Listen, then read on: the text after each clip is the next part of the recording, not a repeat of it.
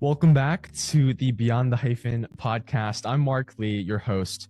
Today, I'm joined by Georgette Bhathena, Chief Programs Officer at the Asian American Foundation, or TAAF, one of the country's leading organizations focused on advancing safety, visibility, cultural belonging, and long-term opportunity for the Asian American diaspora here in the United States. Georgette's work sits at the intersection of philanthropy, research, education, media, and community leadership.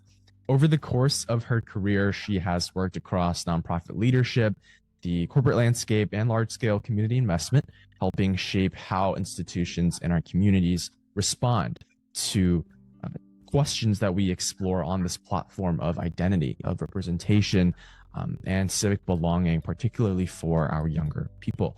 In this conversation, we'll explore not only the evolving role of organizations like TAAF, but also the broader questions facing Asian American communities today. Who gets seen as truly American, how public narratives have shaped civic life, and what it means to build lasting impact in moments of both visibility and sometimes struggle. So, Ms. Bhathena, thank you so much for joining us. It's my pleasure to be here. Thank you. I wanted to start with your work sitting at sort of this intersection of philanthropy, grassroots community leadership, but also national visibility and national advocacy. Looking back at your career with so many diverse engagements, what experiences would you say shaped how you think about building long-term support systems and coalitions like TAAF for Asian American communities? Thank you, Mark. So reflecting back, I was born and raised in Seattle, and I think a lot of what shaped my current path is really around doing a lot of work in Chinatown International District in Seattle many decades ago. And I think one of the things that really stands out to me is how overlooked and historically underinvested in our community is. So less than 1% of philanthropy, unfortunately, goes to AAPI organizations and causes. And the source of that is APIP, their Seeking to Soar report. And so because Asian American communities have historically lacked sustained institutional investment and national infrastructure, I think that really lends itself to an organization like TAAF to help fill that. I also think the pandemic exposed how vulnerable our communities can be when support systems do not already exist. And one of the biggest lessons over the last several years is that communities cannot rely on reactive support, but we really need to think about being proactive in building infrastructure for our community so that when moments of crisis happen, that we're prepared. So TAAF was created 5 years ago, so we're celebrating our 5-year anniversary, and we were established in May of 2021, really to build that lasting infrastructure around safety, belonging, and prosperity, and that's our mission statement, actually. And we also believe that real change happens when organizations invest consistently over time and help communities build their infrastructure, but then have that support that they need to deliver the programming. Yeah, I think it's really interesting.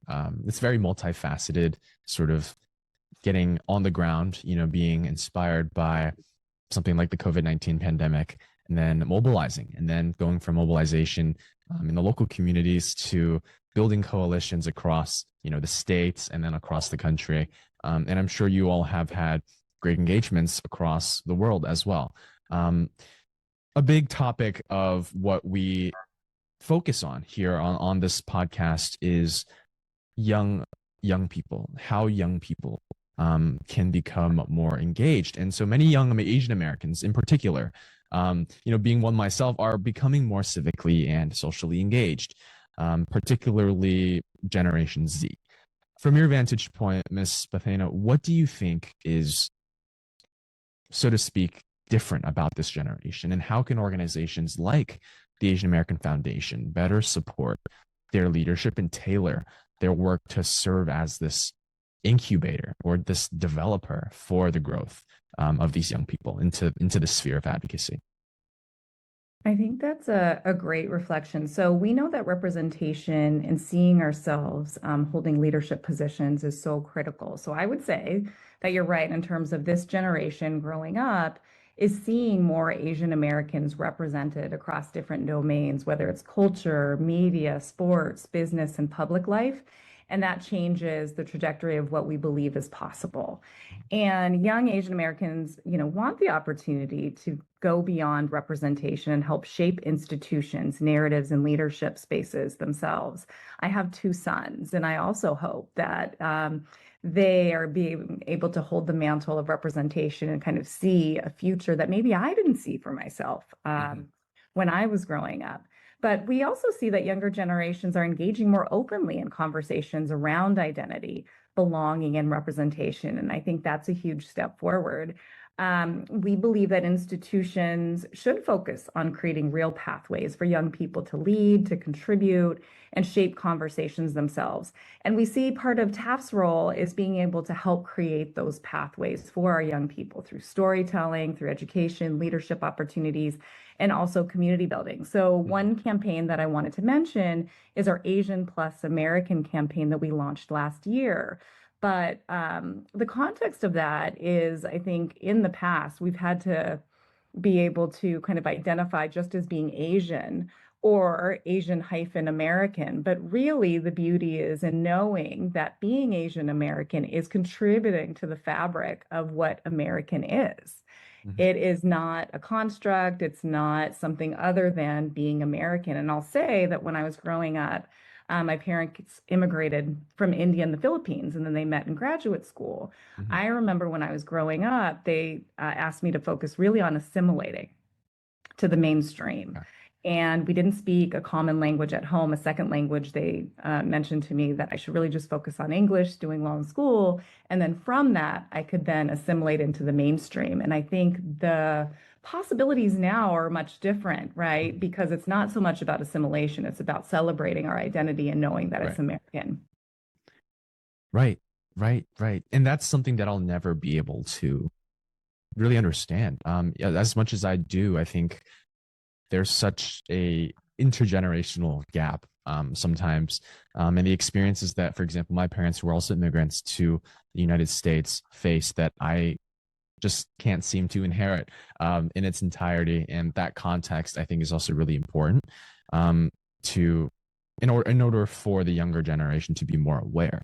And even looking at the Asian American community in itself, it's extremely diverse.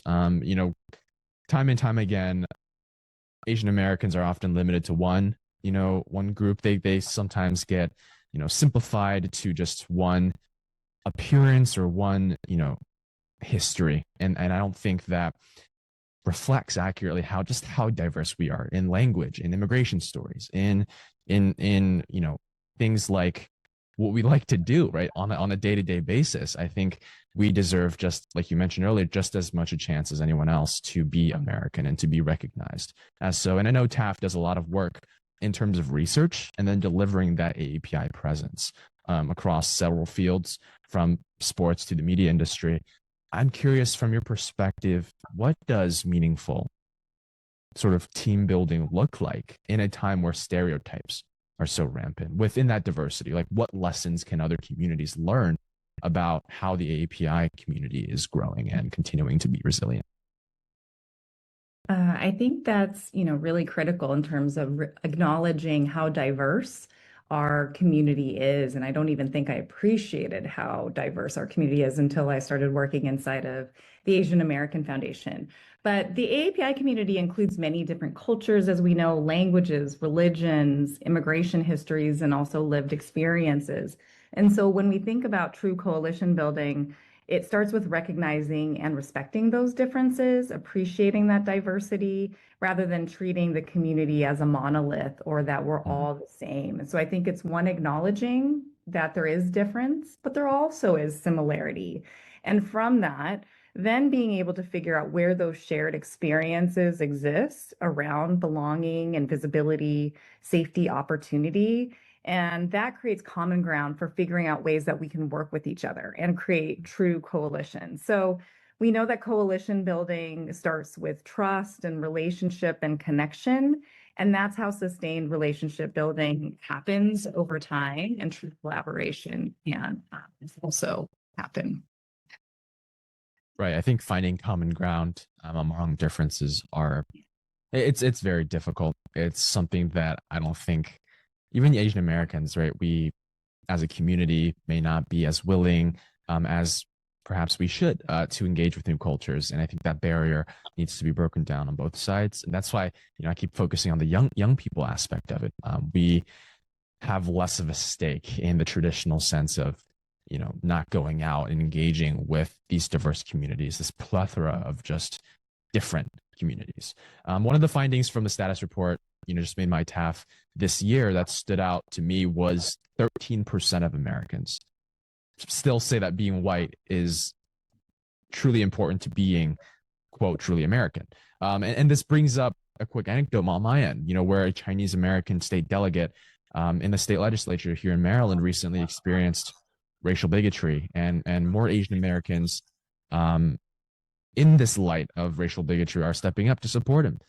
But in the greater trend of more and more Asian Americans stepping up, right, whether that's in media, in sports, to unapologetically advocate for the Asian American identity, what does that reveal about how race and the national AAPI identity are still being understood?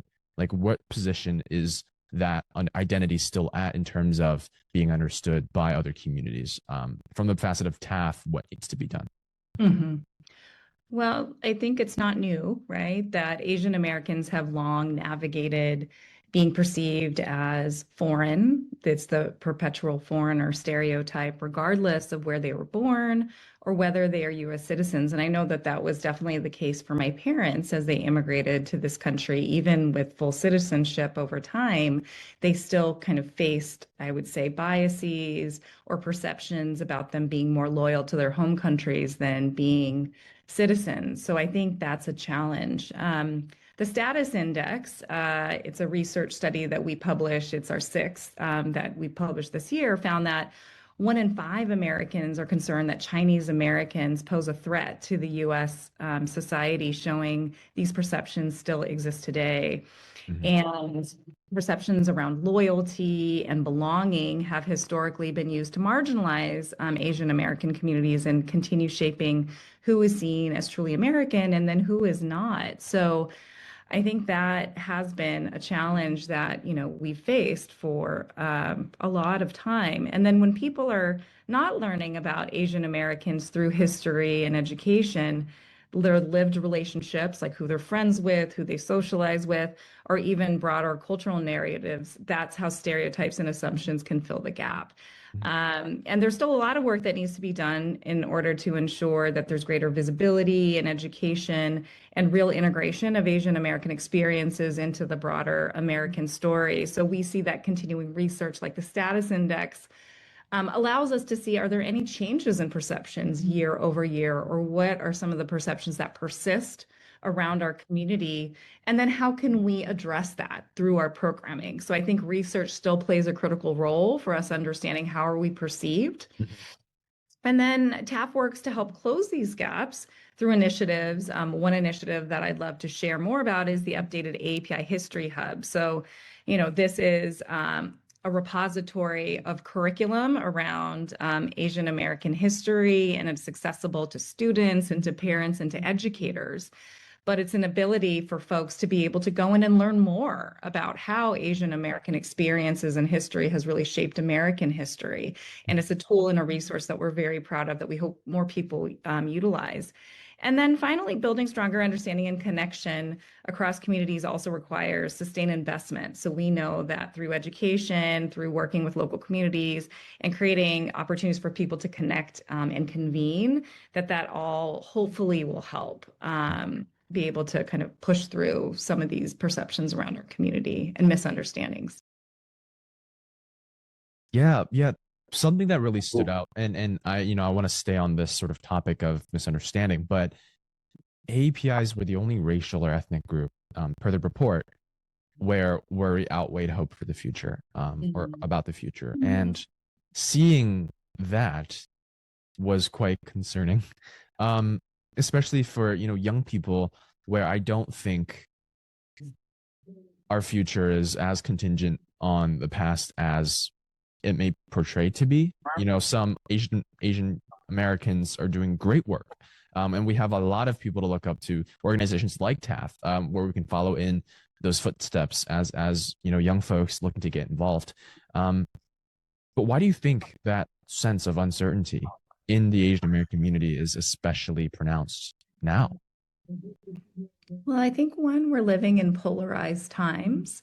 And I also think that worry reflects a combination of concerns around safety, around economic uncertainty, and broader questions around belonging and how Asian Americans are perceived in the country right now. So I think many communities are still processing the long-term effects of anti-Asian harassment and violence that escalated during the pandemic, but it still continues today. It's not that that ended years ago.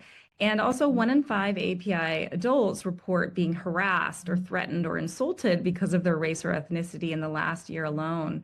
So I think there's a disconnect between how Asian Americans experience life and then how the broader public perceives us as Asian Americans and our communities. So I think questions around identity and belonging and who is seen as truly American remain very present for many Asian Americans and even for people born and raised in the United States. I think there's also socioeconomic factors that come into play, and then also where folks live in the United States, whether it's coastal communities or in communities maybe where they're growing AAPI populations, but they're not the majority, or they're newer populations to where they live. So I think these are all considerations.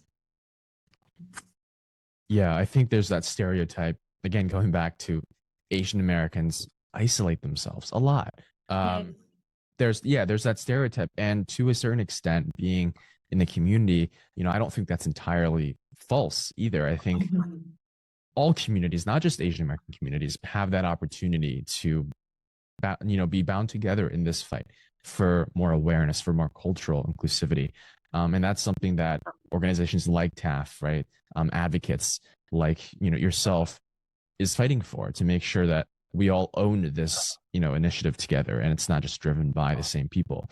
Now, looking at, you talked about education a bit earlier, how a lack of education and that resource that TAAF provides, but a lack of education to inclusive AAPI history sort of engenders this ignorance at no fault of our students, but just this absence of AAPI history beyond, Japanese internment and the Chinese Exclusion Act.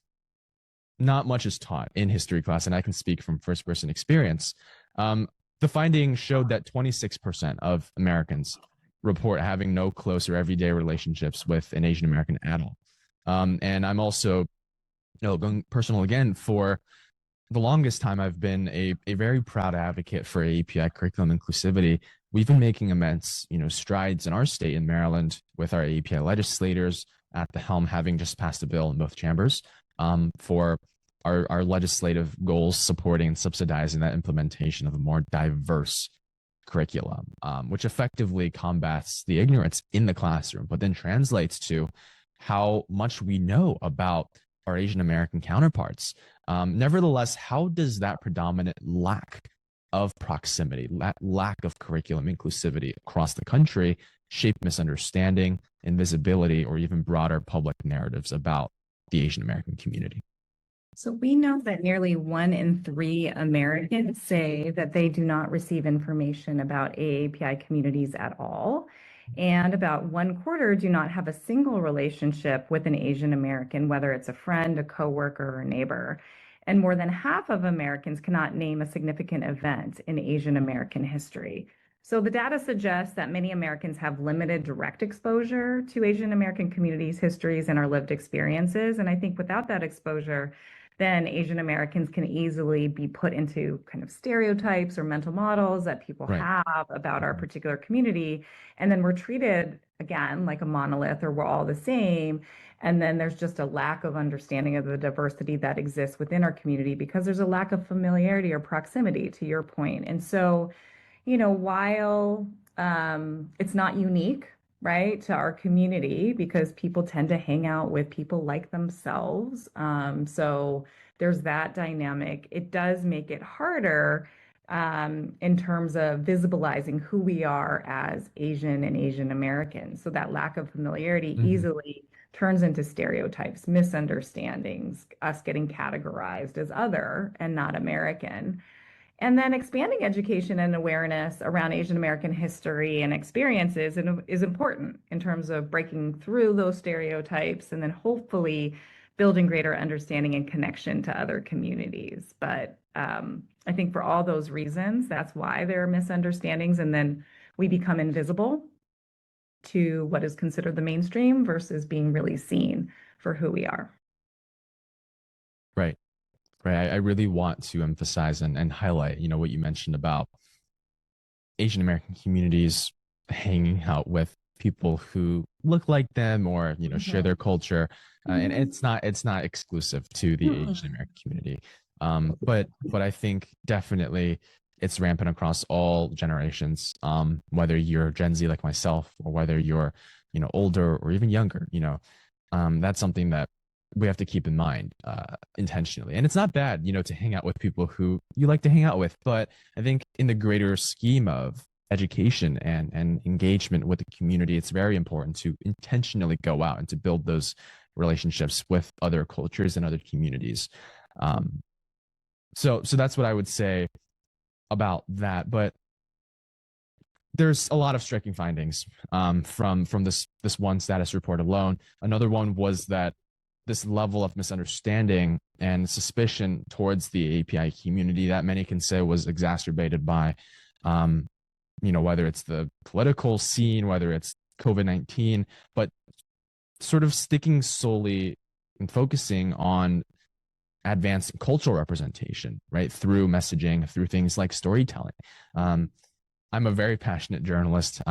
Maybe if you can't tell, but it's really based in these human to human, conversations, right? So especially for younger generations growing up in increasingly diverse spaces from TAAF's perspective, what role do you think, I guess I'll stick towards journalism a little bit more, but what role do you think storytelling and journalism, especially taking advantage of this new media age, is? How can we use social media to our advantage as the Asian American sort of advocates?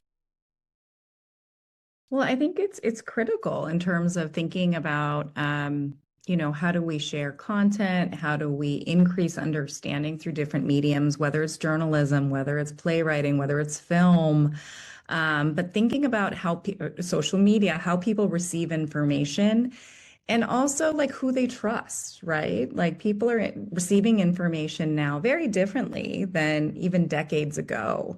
And so thinking about for topics and issues that are important to us, how do we then be able to disseminate that information and content to audiences? So I think what you're doing is really noble in terms of, harnessing your passion and interest in journalism, but for good, and inviting in kind of speakers and leaders to talk about the work so that more of your followers, more of your audience can hear. So I think exactly what you're doing is what more of our young people should do. Well, I'm honored by that. I think media, social media is a great opportunity. And there's a lot of sort of stigma towards these trends, these attention grabbers, but there's really a lot of room for young people to engage meaningfully across borders, across the screen. And that's why it's called Beyond the Hyphen. We all have a hyphen of some sort. And if we can sort of work across those differences that make us as diverse as we are, I think we have less to worry about and more to be hopeful for. The report also found notably higher support for diversity and inclusion efforts among AAPI communities than among the broader public. I'm curious, and that isn't really surprising to a certain extent, but I'm curious from TAAF's perspective, do you think younger generations today on a holistic view, on a holistic sort of level, are beginning to understand identity and belonging in fundamentally different ways? So for example, in 2026, whether their immersion into social media shapes their view of themselves more than, for example, in the 1980s or the 1970s, when Asian Americans immigrated here or were born here, sort of found themselves immersed into American culture. How do you think young people today see themselves differently than before, and how might that difference and that acknowledgement of change over the last 40, 50 years reshape the future of American civic life, keeping in mind Asian Americans? I think in general, there are so many more mediums and ways in which you can receive information now compared to 40 or 50 years ago. And so I think it is shaping the younger generation in terms of their own sense of identity and belonging. And honestly, like even the term intersectional identity is kind of a newer term because we can have multifaceted ways of understanding ourselves, our identity, our connection with others. And so, yes, there is ethnicity, but there are so many other ways that I move through the world in terms of my connection to my gender or my connection to my ideology and my values and my experiences.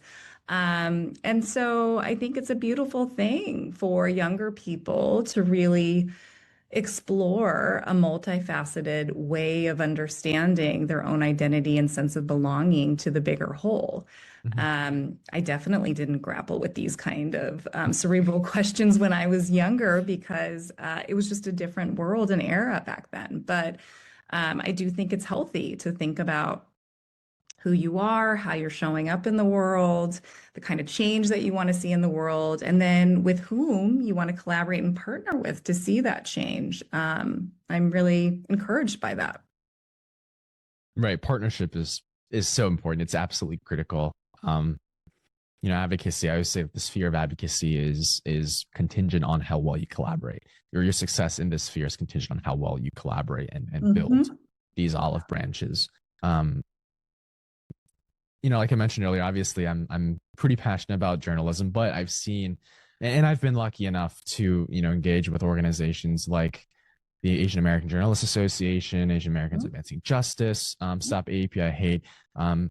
Despite all of these, I would say they're all unique on their own, but they are all colossal trailblazers for the AAPI community ever since, and even before the COVID-19 pandemic. But some critics continue to argue that representation still feels too much like a buzzword. It feels too far away for the everyday person and hasn't really meaningfully changed, their everyday lives or systems of oppression or inequity. From your perspective, Ms. Bhathena, where do narrative change and structural change, actual everyday tangible change, intersect most effectively? So I think narrative change and structural change intersects where visibility leads to real world opportunity, investment, and inclusion, because that's where you see the structural change come to be. So the stories a country tells about who belongs, who leads, and who contributes shapes how institutions operate and also who gets recognized with them. So, we see representation in media and entertainment, education, and public life can influence how people think about leadership, civic participation, and belonging. So I think, a lot of it is around how does representation lead to action and to what end? Yeah. There's a lot of opportunity. And I think it's very easy to get caught up in all the opportunities to pursue representation and thus effectively not really meaningfully make progress with any option or avenue. So definitely being focused, like TAAF, being founded during a moment of great strife, right, across shared suffering during the COVID-19 pandemic across the world. And so that's why I'm now zooming out a bit towards this origin of TAAF, right? As public attention inevitably shifts over time, issues like AAPI targeted racism and discrimination can start to sort of see themselves out of the spotlight. And naturally, it'll start becoming rampant again amidst other issues. And so what does sustaining long-term momentum for AAPI communities demand of organizations like TAAF? So just as you shared, we were born out of crisis in May of 2021 in combating anti-Asian hate and bias and physical attacks. But in terms of what it takes for long-term momentum for our communities, we've been thinking a lot about that with our own impact model. How do we focus our efforts? What's important? We've operated at a national level for the past 5 years, but in the last 1 to 2 years, we've been thinking about how can we see change at a local level? And how can we go deeper in place? And hence, the TAAF Cities initiative was born. So through TAAF Cities, what we do is we work alongside local community-based organizations and government leaders to support safety, economic opportunity, and neighborhood revitalization in cities with large API populations. And we actually focus on cultural enclaves like Chinatowns, Little Saigons, Little Tokyos, because many times those are historically underinvested in. They're not part of downtown revitalization plans, and they're API hubs and communities. And so through that work in Seattle, we partnered with the city of Seattle and local organizations to help launch a neighborhood ambassador program that supported safety and economic revitalization in the Chinatown International District. In New York City, we were focused more around economic opportunities. So we partnered on a $5.5 million initiative helping to expand access to affordable capital for small business owners across the 5 boroughs.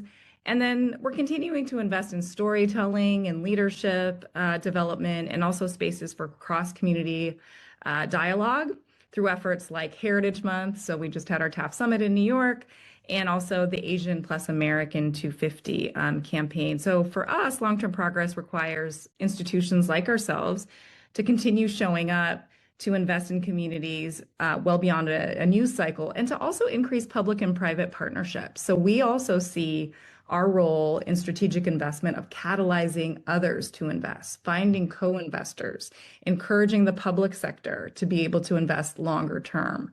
So that's actually what's exciting about the work for me, is to leverage our dollars for greater and sustained dollars to come from other sources who may have not historically invested in our community, but we can shine a light of where those investments should go. Yeah, and I think that's a perfect example of a win without, or a win outside of the traditional advocacy win, like a policy win or a court case win, or something like that. And I think funding is very often overlooked or responsible.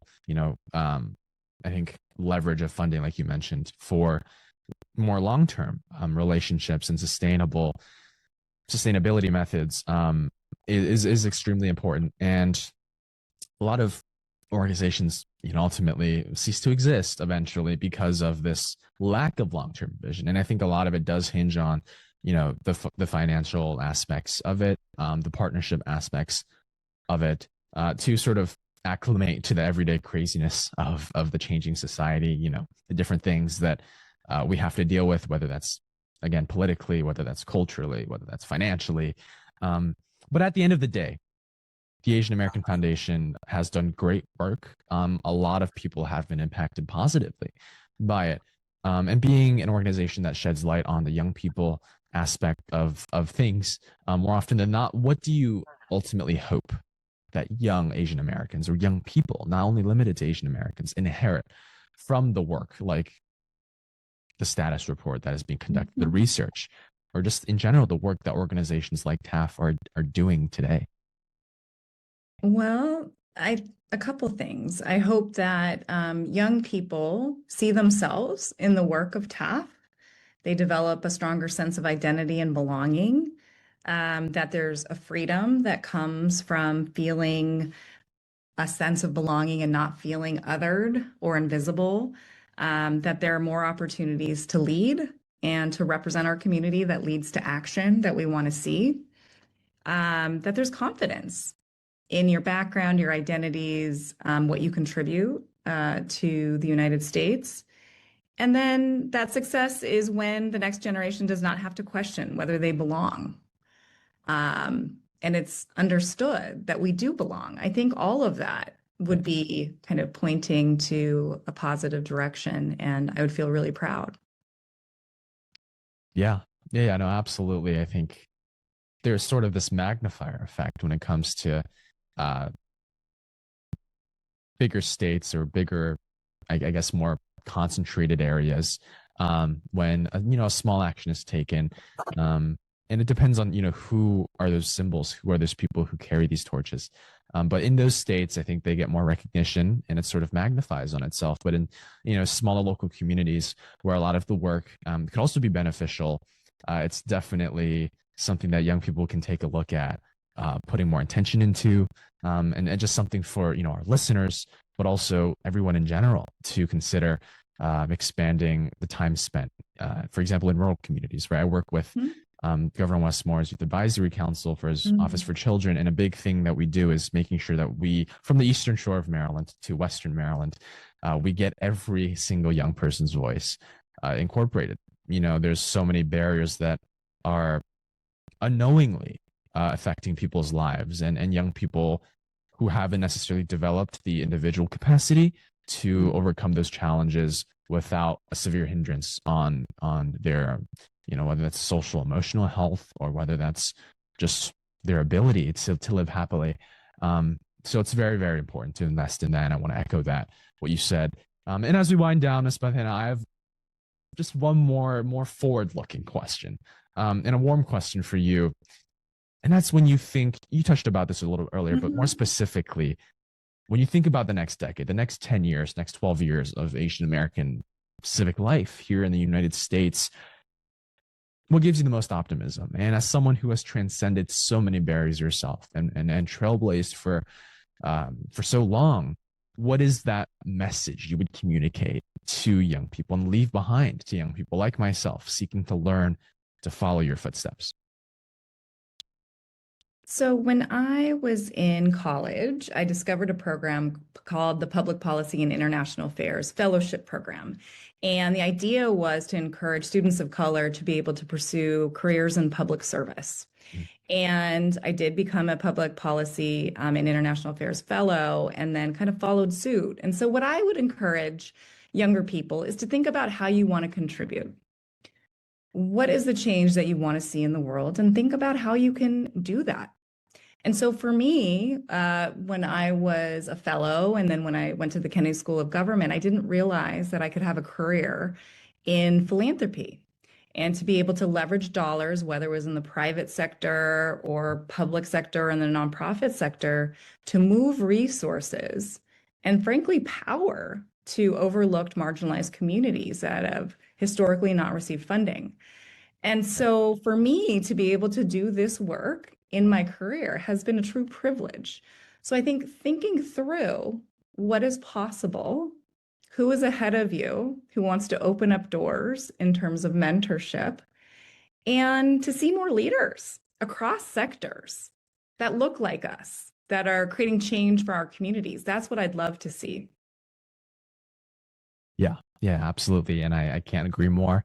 As we close today's conversation, I just want to thank you again, Ms. Bhathena, not only for joining us, taking the time today, but for continuing to do the work that you do through TAAF to expand visibility, to expand opportunity, and to just be a steady and a fierce advocate for the Asian American community in times of precarity and in times of just unexpectedness. So I think conversations like this really shed light for so many young people and give them an opportunity to hear the work and where they can, become civically inclined to make a difference in their own way, in their own niche, especially young Asian Americans who are still trying to understand whether they fit and where they fit into their community and in a way that is meaningful to them.